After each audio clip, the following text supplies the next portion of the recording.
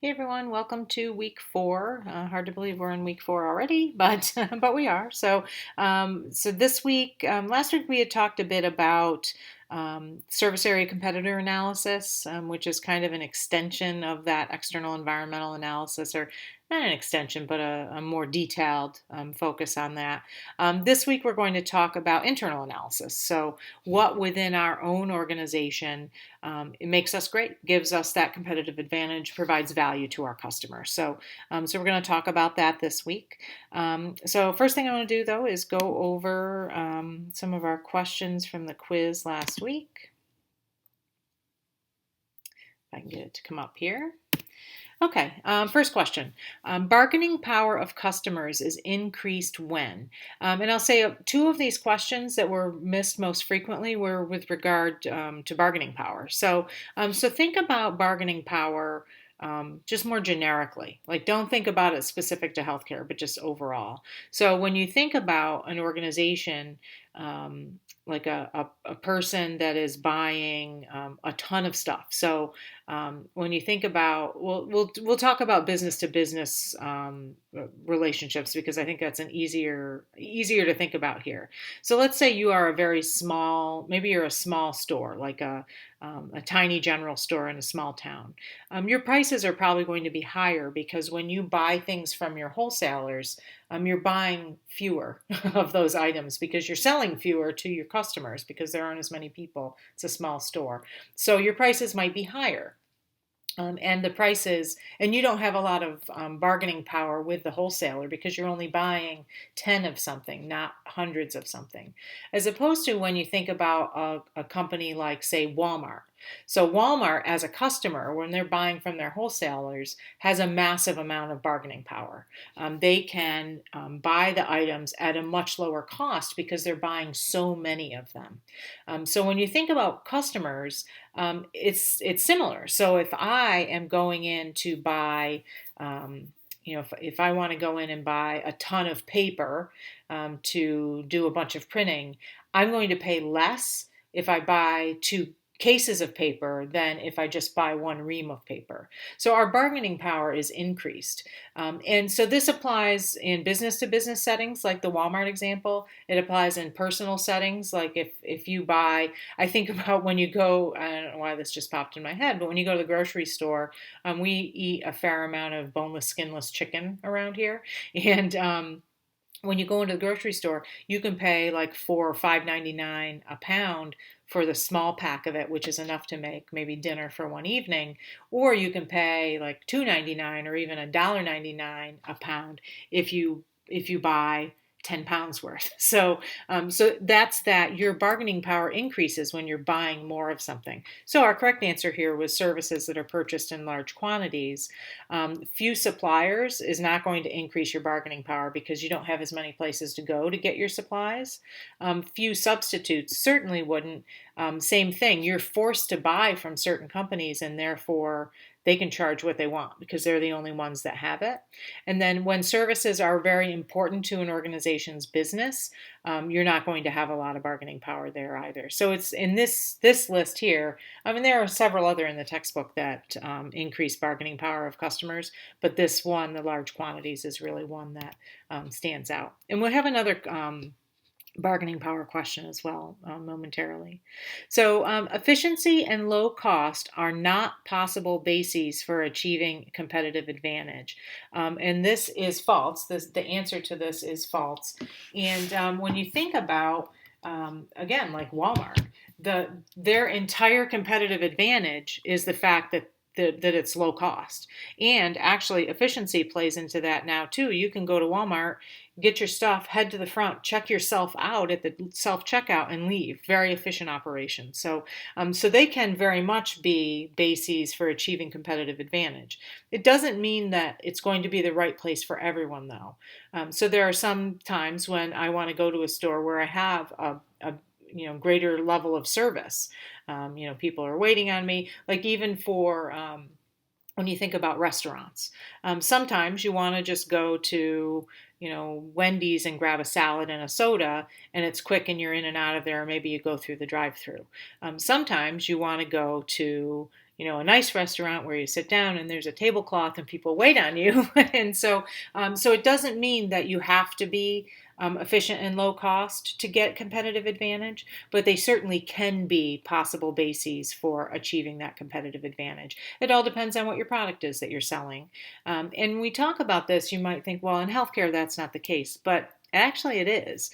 In healthcare, you may have like there's one of the big things, at least down here in the Central Florida area, are these boutique medicine locations. So that is certainly not low cost. It's very high cost. They don't accept insurance. You pay out of pocket several $1,000s a month to have a physician that is your own private physician that is at your beck and call. But on the flip side, there are also places that are very low cost, where it's a clinic. Maybe if you don't have insurance, you pay only $10 to go to see a physician, and that gives them a competitive advantage in that space, especially if you have insurance that is maybe a very high deductible health plan. I would rather go to one of those clinics where you pay a low cost and then that amount goes toward my deductible, as opposed to, say, the physician that I do have down here that charges $150, $200 every time you see her, and I'm paying that all out of pocket because I have a large deductible. So low cost can very well be a basis for achieving competitive advantage. It's just not always. It's not the only one. Sometimes advantage comes in different ways.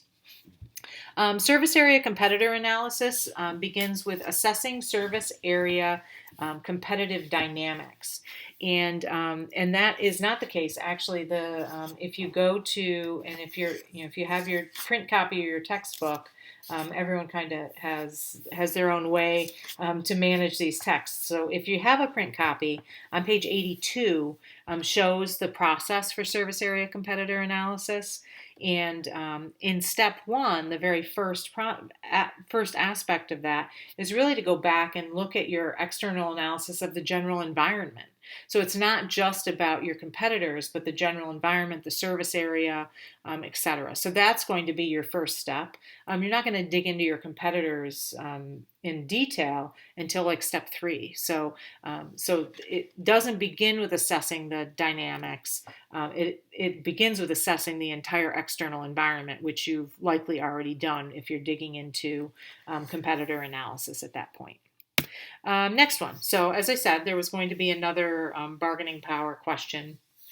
This one is, which of the following is not an indicator of the bargaining power of customer or buyer groups? So in your text, again, on page 92, if you have a regular copy of the book, not an e-copy. I know the e-copies the pages, they don't have page numbers in some instances, so I'm not positive with this one. But it's a section where it talks about, it's in chapter 3, talking about bargaining power of customers. And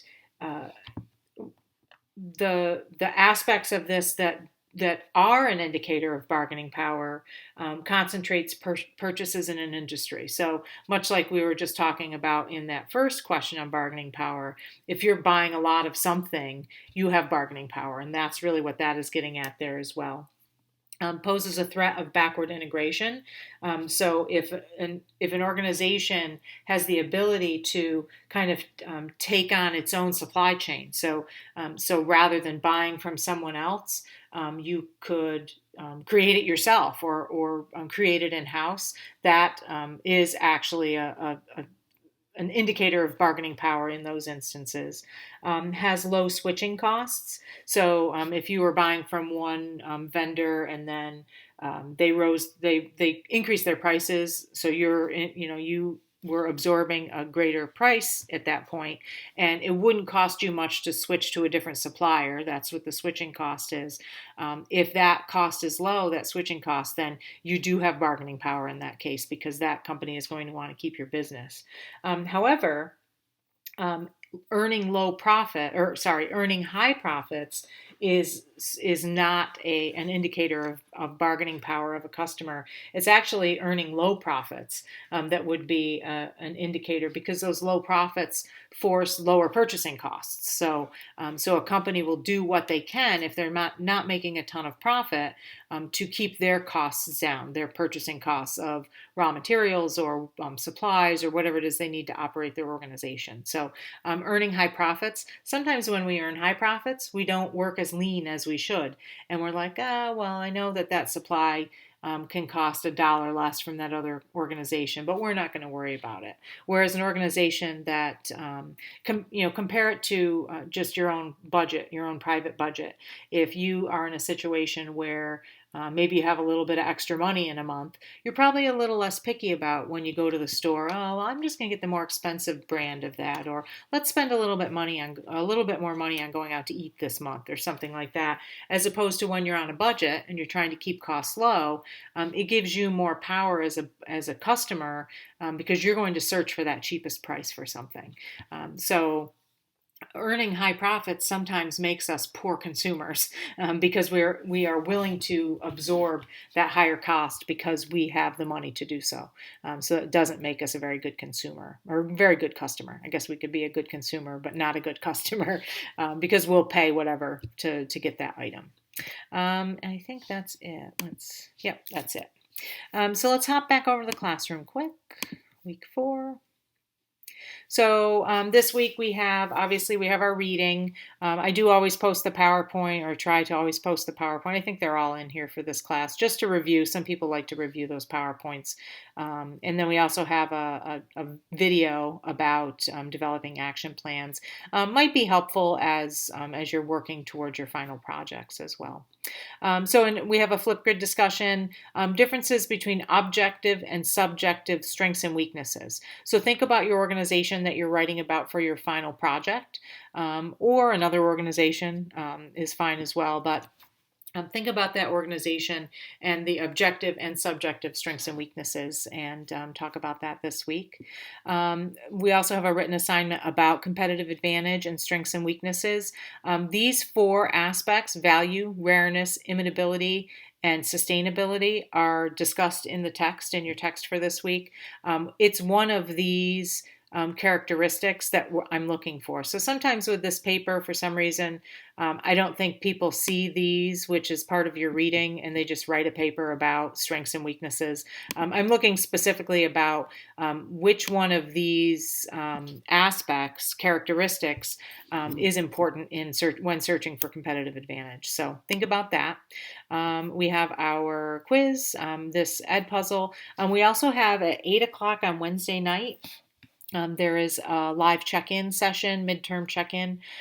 You can come, you can ask questions, talk about whatever you would like.